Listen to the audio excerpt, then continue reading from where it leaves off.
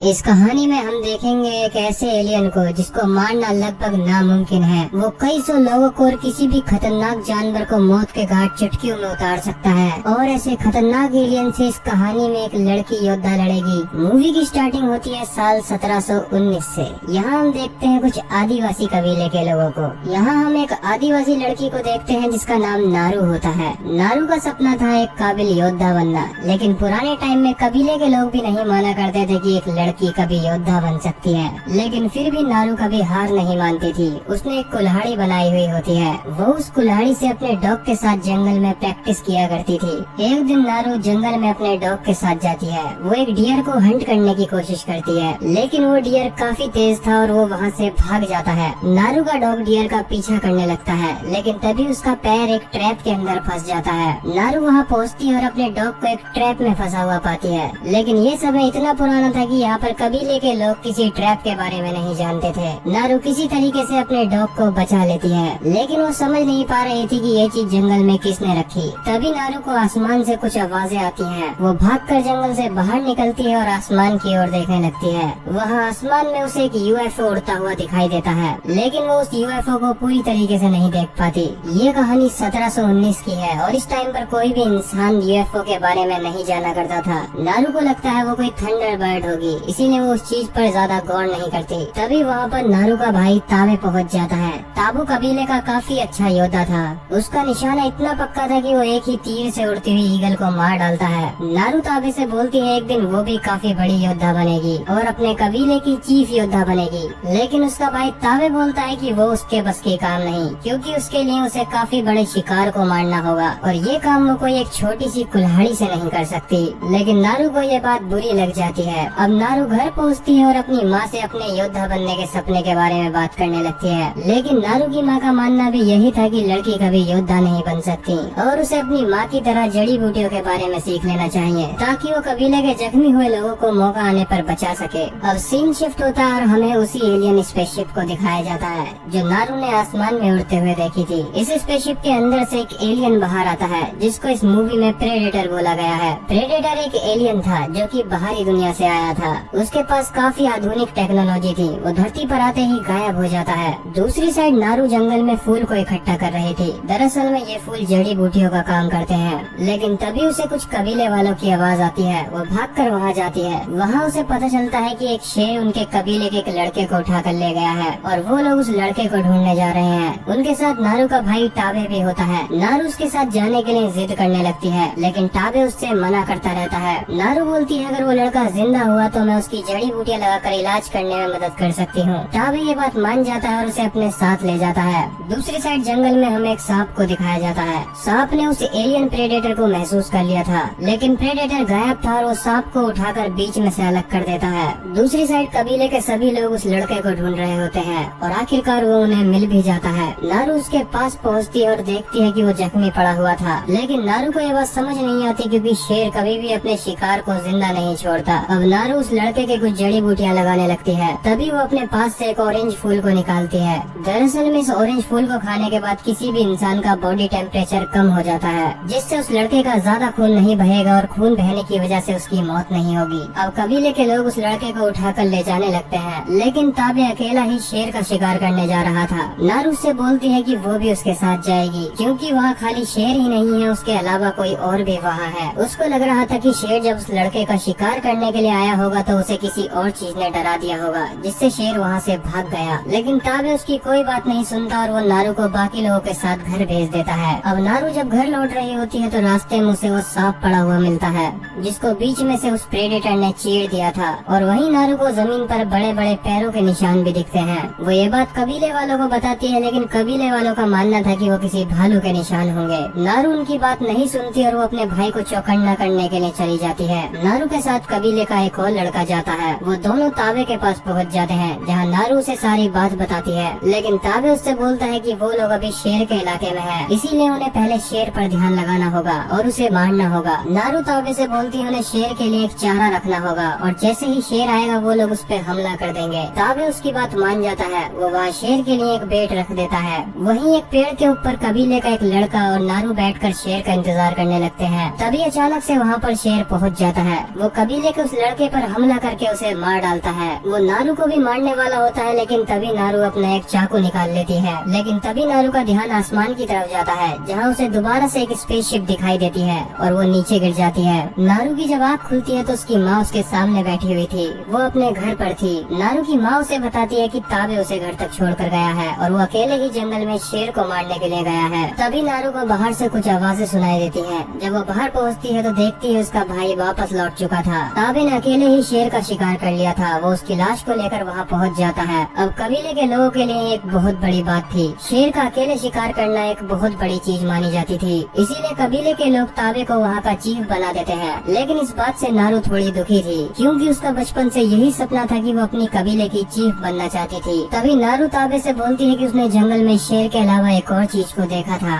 और उसका मानना है कि वो चीज शेर से भी ज्यादा खतरनाक है, इसीलिए उसे जंगल में जाकर उस चीज को ढूंढ कर खत्म करना होगा। लेकिन ताबे उससे बोलता है कि वो उसके अकेले बस की नहीं है और वो भी उसके साथ जाएगा। इस बात पर नारू की ताबे से थोड़ी बहस हो जाती है। अगली सुबह नारू किसी को बिना बताए ही अपने डॉग के साथ जंगल की तरफ निकल जाती है। उसे जंगल में काफी सारे निशान दिखाई देते हैं। वो उन निशान से अंदाजा लगाने लगती है। दूसरी साइड हमें प्रेडेटर को दिखाया जाता है, जिस पर एक भेड़िए ने हमला कर दिया था, लेकिन प्रेडेटर उसे बड़ी ही आसानी से मार डालता है और वो उसका सर काट कर अपने साथ ले जाता है। प्रेडेटर उस भेड़िए के सिर को एक गैस से पिघला देता है और उसकी खोपड़ी को अपने साथ रख लेता है। जो भी चीज उसे थोड़ी भी टक्कर दिया करती थी वो उसका खोपड़ा अपने साथ रिवॉर्ड के तरीके पर रख लिया करता था, ताकि जब वो अपने ग्रह पर लौटे तो अपने लोगों में वहाँ की बढ़ाई मार सके कि बाहर की दुनिया में उसका कोई मुकाबला नहीं है और उसने वहाँ के लोगों को मारकर उनके सर इकट्ठे किए हैं। दूसरी साइड नारू अपनी थोड़ी प्रैक्टिस कर रही होती है। वो अपनी कुल्हाड़ी पर एक रस्सी को बांध देती है, ताकि जब भी वो अपनी कुल्हाड़ी को फेंके तो उस रस्सी के जरिए उसको वापस खींच सके। वो जंगल में कुछ खरगोश का शिकार करके उन्हें पका कर खा जाती है और रात को जंगल में ही सो जाती है। अगले दिन नारू जंगल में जाती है, जहाँ उसे काफी सारी बफेलोज मरी पड़ी दिखती हैं। लेकिन कमाल की बात ये थी कि उन बफेलोज की किसी ने खाल उधेड़ दी थी।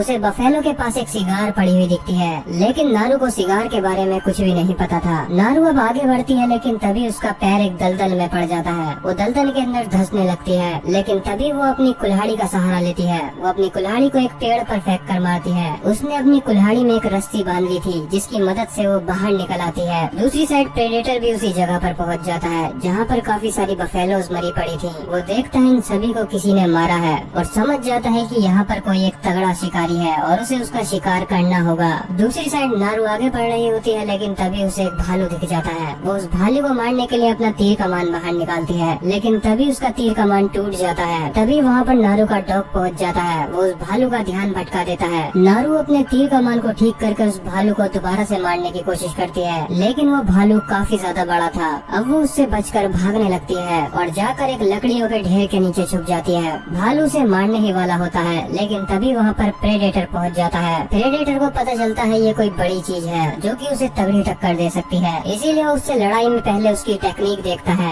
भालू प्रेडेटर पर काफी हमले करता है, जिससे प्रेडेटर का थोड़ा खून भी बाहर आ जाता है, जो कि हरे कलर का था। लेकिन अब प्रेडेटर अपनी ताकत दिखाता है और एक ही वार में उस भालू को मार डालता है और रिवॉर्ड के तौर पर वो उस भालू के खून से नहाता है। खून में भीगने की वजह से नारू को उसकी इनविजिबल बॉडी दिखने लगी थी। नारू उससे डरकर वहाँ से भागने लगती है। नारू को जंगल में अपने कबीले के कुछ लड़के दिखाई देते हैं।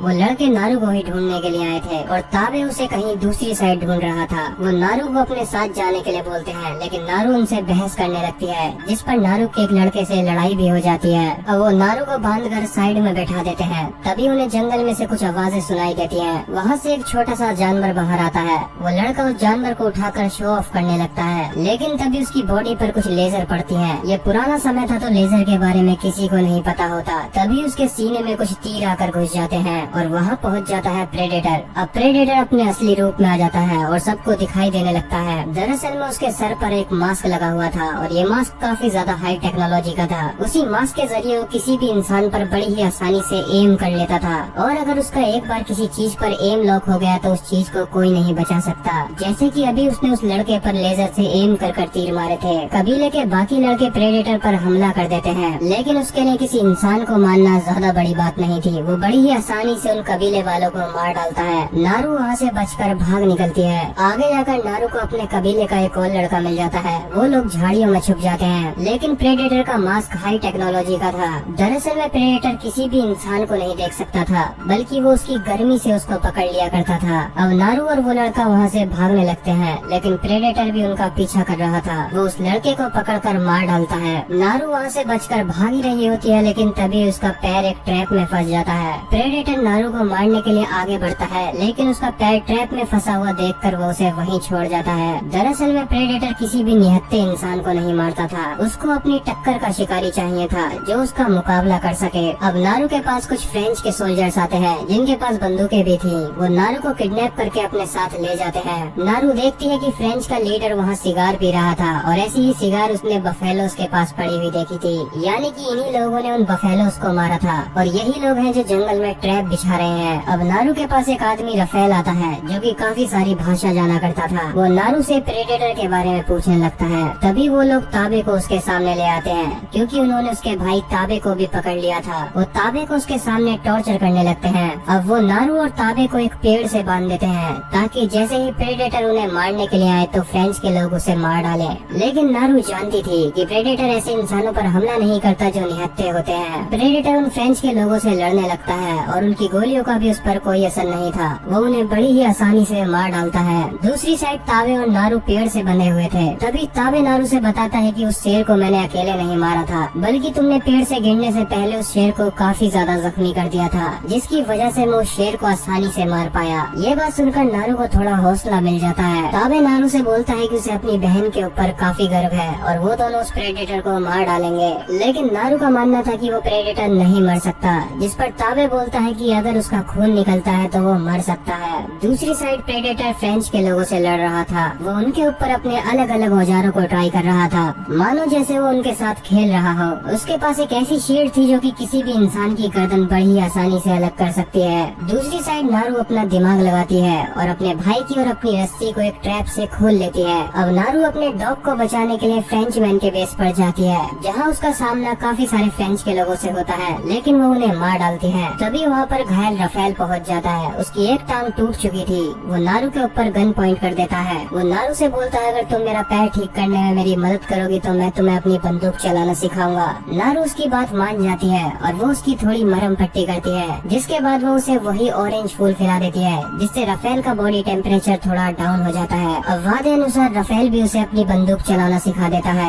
लेकिन तभी वहाँ पर प्रेडेटर पहुँच जाता है। नारू भागकर एक पेड़ के पीछे छुप जाती है। रफेल वहीं लेटा हुआ मरने का ड्रामा करने लगता है। अब क्योंकि प्रेडेटर सिर्फ इंसान को उनकी हीट से पकड़ सकता था तो वो उसको नहीं देख पाता, क्योंकि रफेल ने वो फूल खा लिया था, जिससे उसका बॉडी टेम्परेचर डाउन हो चुका था। लेकिन तभी प्रेडेटर का पैर रफेल के पैर पर रखा जाता है, जिससे उसकी चीख निकल जाती है और प्रेडेटर उसे भी मार डालता है। लेकिन अब इससे नारू को थोड़ी सीख मिल चुकी थी। वो समझ गई थी इस फूल को खाने से बॉडी टेम्परेचर डाउन हो जाता है और फिर उस इंसान को प्रेडेटर नहीं देख सकता, तो अब इसका फायदा नारू उठाने वाली थी। तभी वहाँ पर नारू का डॉग पहुँच जाता है। वो प्रेडेटर के ऊपर हमला करने वाला होता है, लेकिन प्रेडेटर उसके ऊपर अपनी लेजर पॉइंट कर देता है। इतने में ही वहाँ पर ताबे पहुँच जाता है। वो प्रेडेटर के सिर पर हमला करता है, जिससे उसका मास्क नीचे गिर जाता है। अब क्योंकि वो अपने मास्क से ही टारगेट पॉइंट करता था, इसीलिए उसका मास्क एक पेड़ के ऊपर टारगेट पॉइंट कर देता है। अब प्रेडेटर जब तीर चलाता है तो वो तीर सारे उस निशाने पर जाकर लगते हैं जहाँ उसका मास्क पॉइंट कर रहा था। इस चीज को नारू नोटिस करती है और वो समझ गई थी कि उसके मास्क के अंदर ही वो टारगेट लगा हुआ है। अब ताबे प्रेडेटर से लड़ने लगता है। वो काफी अच्छा योद्धा था तो उसे थोड़ी टक्कर भी देता है। वो उसे थोड़ा मारता भी है। इस चीज का फायदा उठाकर नारू उसके ऊपर बंदूक से हमला करती है, लेकिन उसे बंदूक अभी पूरी तरीके से चलानी नहीं आई थी। आखिर में प्रेडेटर अपने शिकारियों को तगड़ा देखकर गायब हो जाता है। वो समझ चुका था कि ये शिकारी थोड़े खतरनाक हैं। अब ताबे नारू से बोलता है कि वो वहाँ से भाग जाए, लेकिन इतने में ही प्रेडेटर ताबे के शरीर में 2 तलवार घुसा देता है। अब ताबे मर चुका था। नारू वहाँ से भाग जाती है। नारू घर पहुँचती है और सबको ये बात बता देती है। अपने भाई की मौत के बाद से नारू बहुत ज्यादा टूट चुकी थी। नारू जंगल में एक नदी के पास बैठी होती है। तभी उसे सामने वो फ्रेंच का लीडर दिख जाता है। वो प्लान बनाती है और उस लीडर को अकेले ही पकड़ लेती है। अब नारू उससे बोलती है उसने उसके भाई को टॉर्चर किया था तो वो भी उसे टॉर्चर करेगी। वो उसे एक चारे की तरह इस्तेमाल करती है। जैसे ही प्रेडेटर उसे मारने के लिए आएगा वो प्रेडेटर पर पीछे से हमला कर देगी। अब नारू उसी फूल को खा लेती है, जिससे उसका बॉडी टेम्परेचर डाउन हो जाएगा और प्रेडेटर उसे स्कैन नहीं कर पाएगा। प्रेडेटर वहाँ पहुँचता और बड़ी आसानी से उस फ्रेंच लीडर को मार डालता है। नारू उसके ऊपर अलग अलग जगहों से हमला करने लगती है, क्योंकि प्रेडेटर उसे अब स्कैन नहीं कर पा रहा था। नारू उसके पीछे से गोली चलाती है, जिससे उसका मास्क नीचे गिर जाता है। अब नारू प्रेडेटर के मास्क को लेकर वहाँ से भाग जाती है और एक जगह पर ले जाकर रख देती है। वो उस जगह पर काफी सारे ट्रैप तैयार करने लगती है। तभी वहाँ पर प्रेडेटर पहुँच जाता है। नारू उससे लड़ने लगती है और वो काफी अच्छे योद्धा की तरह उससे लड़ रही थी। इस काम में उसका डॉग भी उसका साथ दे रहा था। वो इतना अच्छा लड़ रही थी कि वो प्रेडेटर का एक हाथ भी काट डालती है। अब प्रेडेटर अपना सबसे खतरनाक औजार निकालता है। वो एक शील्ड के जरिए नारू को मारने वाला था, लेकिन तभी नारू उसका दांत उखाड़ कर उसके ही मुंह पर मार देती है। अब वो उसका पैर भी काट देती है और अपनी कुल्हाड़ी में रस्सी की मदद से वो उसको उसी दलदल में गिरा देती है। अब प्रेडेटर के पास अपने तीर का इस्तेमाल करने के अलावा कोई चारा नहीं बचा था। दरअसल में नारू यही चाहती थी, क्योंकि उसने उसके मास्क को ऐसी जगह पर सेट किया था जहाँ से उसका मास्क प्रेडेटर के सर पर ही निशाना लगा रहा था। जैसे ही प्रेडेटर तीर चलाता है वो तीर उसके ही सर में आकर लग जाते हैं और प्रेडेटर मर जाता है। अगली सुबह नारू अपने कबीले पहुँचती है। उसके हाथ में प्रेडेटर का कटा हुआ सर था। ये देखकर उसकी माँ काफी ज्यादा खुश होती है। नारू ने अकेले ही बहुत बड़े शिकारी को मार डाला था, इसीलिए उसे एक काफी खतरनाक योद्धा बना दिया जाता है। वो अपने कबीले की चीफ योद्धा बन जाती है। आखिर में हमें एक ड्राइंग दिखाई जाती है जहाँ पर नारू के कबीले के ऊपर काफी सारी स्पेसशिप पहुँच चुकी हैं, यानी कि वहाँ पर और भी प्रेडेटर आ चुके हैं, यानी कि नारू का पूरा कबीला खतरे में है। इसी के साथ यहीं पर ये मूवी खत्म हो जाती है।